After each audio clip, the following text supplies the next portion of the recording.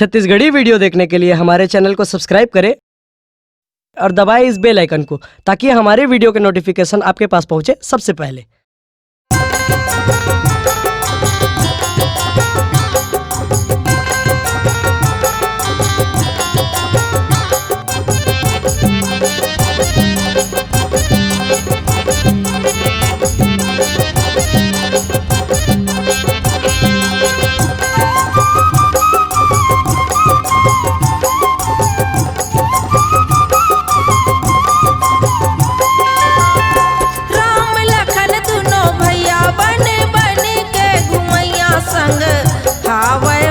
सीता मैया दाई हावै वो सीता मैया।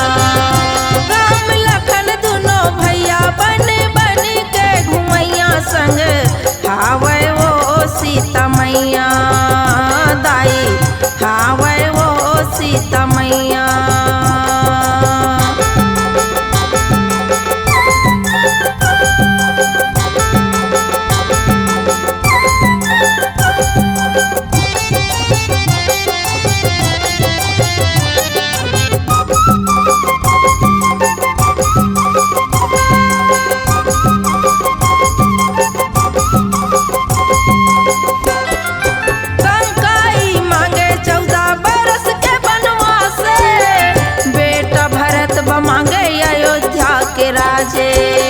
बेटा भरत मांगे अयोध्या के राजे।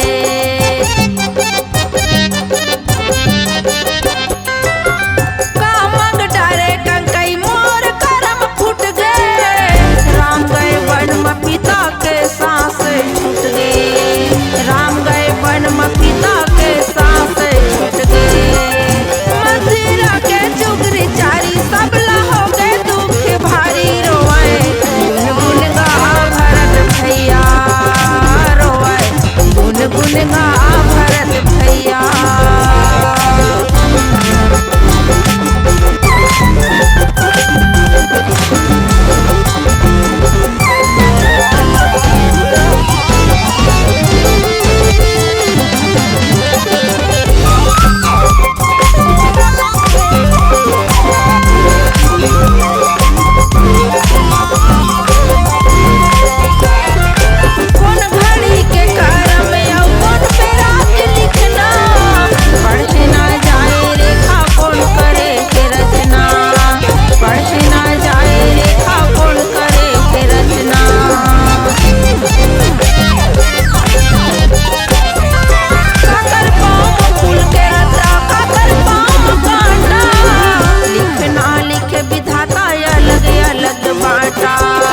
लिखना लिख विधाता अलग अलग बाटा।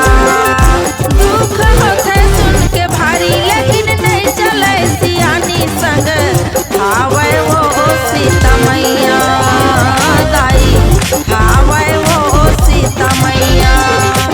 राम लखन दुनो भैया बन बन के घुमैया संग हावै वो सीता मैया दाई हावै वो सीता मैया दाई हावै वो सीता मैया दाई हावै वो सीता मैया दाई हावै वो सीता मैया दाई हावै वो सीता मैया।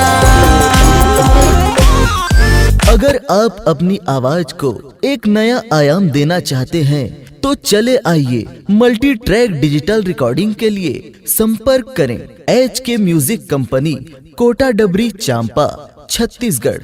मोबाइल नंबर है 9329238487 और 8085380339।